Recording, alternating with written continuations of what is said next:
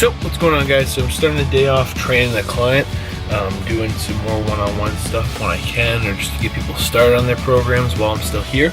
So we're gonna go and do this session. I'm not gonna bring you guys with us, but I'll be right back. I'm back. So that was just getting in a session with one of my clients. She signed on last week. Yeah, and this is her first week of doing any kind of training. She's already down 6 pounds on her diet plan alone, so I know she's gonna crush her program. You know, I don't do a lot of personal trainings just because I have so many clients that if I was to do personal training for everyone, it just wouldn't work the same, and not everyone needs personal training, but and at the same time I have clients all throughout the country now, so it would be too impractical to do sessions. But when I do get the opportunity to do sessions, I do enjoy them. One-on-one time with someone, I think, is a very exciting thing, and I think for me it's just a good connection with people, so I enjoy them. But now I'm gonna go get some food, and you know, I'm not supposed to. I'm gonna do something today I wasn't supposed to do, so hold on 1 second. Oh, and by the way, I forgot to put this into the Cutler vlog, but see, she's all fixed up. This is where the big dent was. This is where the accident happened. So, ooh, look at the pollen there. It's disgusting. It needs to wash now. But, so, after about a week of actually having to use a rental car, Audi's back. So we're good. We're good.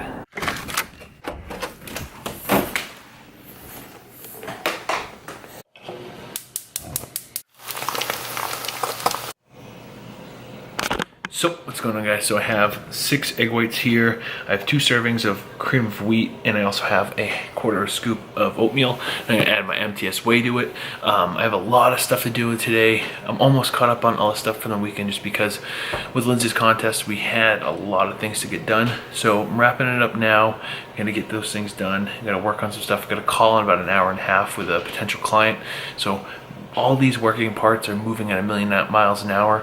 But I'm going to show you guys a couple things in a second on the business aspect of things. So hold on 1 second, I'll show you right now. So what's going on, guys? So one thing I've been working on lately is the website. The website's almost done. I'm working with my team. I just sent back my edits so we can fix the small parts about it that I want to see essentially tweaked and made more towards who I am, and made it more of a personal brand of what I represent. And then the shirts came back, so I got the shirt approvals done for what I'm looking for. We're gonna have 2 different style shirts and we're gonna launch this apparel line with the website.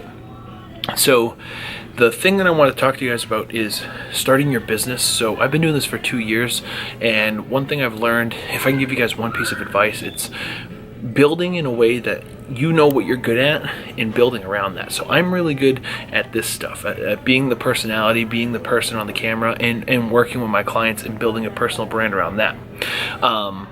What I'm not so good at is the designing aspect of it. So what I've gotten to the point of now, because I've had so much success with the business, and I've gone to the point where I've networked with the right amount of people and I've learned how to be resourceful, I can outsource that work, meaning I can hire someone to do the graphics. I can hire someone who I can tell them, hey, I want this design as my logo. I want this design as my shirt, and finding the right people who can do that for me. The good thing about this is that it makes it so it's actually coming out the way you want. But the thing is I've been doing this for 2 years, and I'm just getting to the point where I'm being able to do this. Now, it might have been more practical to do this a little bit earlier, but the thing that I wanted to give you guys is that I had to start down here, and I had to build everything else myself until I got to the point where now I can work with other people and I can figure out a way to make it more productive. So that's my point for you guys. Start with what you want to do, but build everything around it so that you can put yourself in a position to actually succeed, rather than just throwing everything at the wall and hoping it sticks. I think it's worth having $1 million plan, but the same idea, if you only have $1,000, that $1 million plan might take time. And so build it in a way that you're building, and making it more productive for you in the long run. But now we're at the gym. So we're here at the gym. And so today is arms. My neck is still bothering me, so I'm not going to be training anything that does like, heavy movements in the sense of like, squat, deadlift, anything that's really a press overhead is probably going to take a little bit more time to get used to. But we're going to smash arms today. I'm going to show you guys at least some of the movements, do a voiceover, and here we go.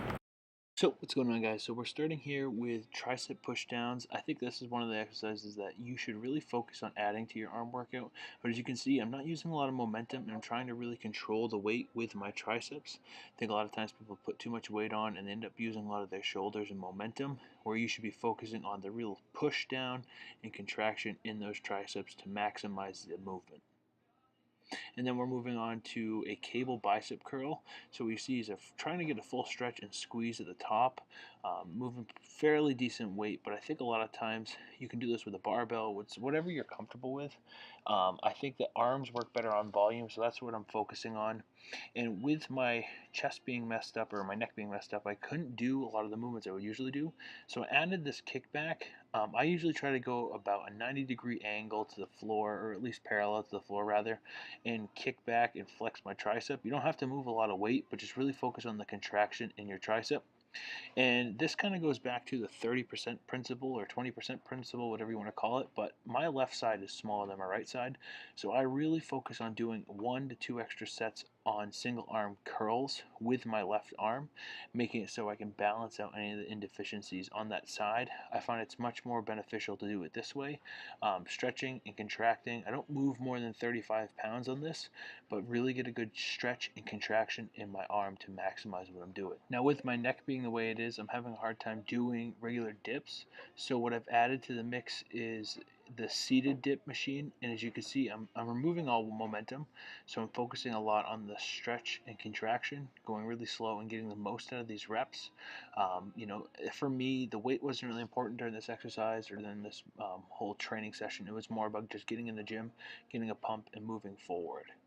Now, going to a double arm movement on this machine, on the preacher curl machine, again, trying to move decent weight here, but the full stretch of the bottom and the contraction squeeze at the top is what's important. You'll find a lot of times people will do too much weight, and with arms you really don't have to do as much weight as you're used to on different exercises. I find that to get a good stretch and contraction, the volume is going to play a bigger factor in your development than anything else. For years I never believed this, and since I've switched over my training style, it's really been beneficial. And now I'm ending with a tricep extension on a French press. When you do French presses, I think there's a tendency to want to move a lot of weight, and what happens is a lot of people will put a lot of tension on their elbows by extending them over, kind of almost pressing them and flaring them out. I try to keep my arms at as close to a 90-degree angle as possible. Obviously they're not perfect because of the way the hand placement is, but then from there we're supersetting with a close grip tricep push, just really trying to pump as much blood into the muscle at the end of this workout as possible to maximize what we're doing. Especially with triceps, you want to hammer your triceps more than your biceps. They make up 2/3 of your arm, so if you want to get bigger arms, my tip is to hit your triceps harder. Now lastly, we are moving hammer curls. So I'm doing this with 2 arms at first, and then I'm switching over, or 1 arm actually at first, and then I'm switching to 2 arms. But this is a really important one for building up your forearms in that outer head of your bicep. This is my weakest point, so really trying to pump this one up. And to be honest, guys, my arms are always my weakest point. I have really long arms, so making it so I'm maximizing arm day is really one of the biggest priorities for me. So we're going from here, supersetting, to reverse curls. And this is just, like I said, working that outer head of the bicep, working the bicep brachialis and the forearms. I try to do both of these in sequence, not moving too much weight, but really trying to get a good pump in the bicep.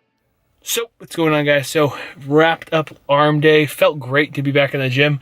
So I wasn't supposed to train today. I was supposed to take about another couple days off, but I was really eager after Lindsey's competition. And at some level, it comes down to you having to understand what you can do and what you can't do. And so arm training didn't affect my neck. I had no problems. I was just more cognizant of what I was doing, making sure that, like, certain movements I wasn't trying to be an idiot, not doing overhead skull crushers and bringing the weight down and things like that. So I felt great. And now I'm going to go get my post-workout meal, and I have to drive up north to meet my mom. And at the same time, I have a client who I have to meet with. So I've been doing more personal training, one-on-one time with the packages I've been selling, because what happens is I get a lot of people like this person, for instance, who's a little bit older and doesn't have necessarily the comfort in the gym. So I find it's a lot easier for me to do like 4 sessions, get them started, and then move into, the online program. So I'm going to go train him right now, but I'm going to show you what I'm eating in a second. So this is about 290 grams of rice, and I have about 6 ounces of chicken with some sugar-free barbecue sauce on there. Now, here's the thing, guys. I would probably say I'm about 70% bro, 75% bro, meaning that I eat the same stuff all the time. And then I might have like a protein bar for one of my things, or I might have, rice cakes or something that's not necessarily bro food for the rest of my meals. But for the most part, I eat this 3 to 4 times a day. And you know why? Because it makes me feel good. It doesn't bloat me. It's what I found has been the easiest and makes me honestly recover the most. Like, I find that when I eat this as opposed to sweet potatoes or regular potatoes, I feel less bloated, and I think that's a big thing. So, I think flexible dieting is productive because it allows you to have a flexible life. So like if you go out to eat, you don't have to have your meals prepped because you have your calories and you have your macros.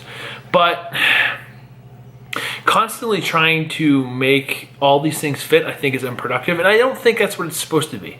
I think it's supposed to be there to allow you some freedom and allow you some education on what you're eating. But I do, if it fits your macros. I'm a flexible dieter, but I'm not like I'm not going to sit here and tell you what my day is of like eating, because at the end of the day, for the most part, I eat the same shit every day. And I think that's what you should do. So if you're at a place where you're trying to lose weight, you're trying to gain muscle, you need to have a plan. You need to have a plan in place. You need to have something that's working for you and something that's consistent. Because if you're not consistent, it's going to be really, really difficult to get to where you want to be. It's going to be really difficult for you to make it fit all the time, because if you're constantly on the go and trying to think, oh, well, I can stop here and I can have a sub and I can do these things, eventually you're going to wind up failing. And so this is my post-workout meal. I'm going to prep my food and then I'm on the road. And pretty much this has been a very busy day, but I'm going to show you guys one of the business things in a second, so stay tuned for that. And we're on the road.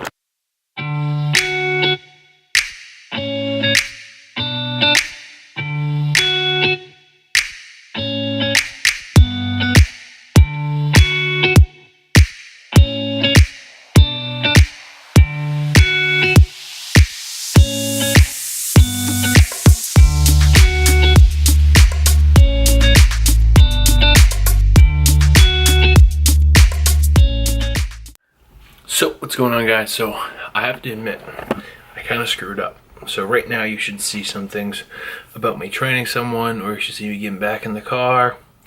Unfortunately, I'm an idiot and didn't charge my camera. So I'm going to wrap up the vlog here.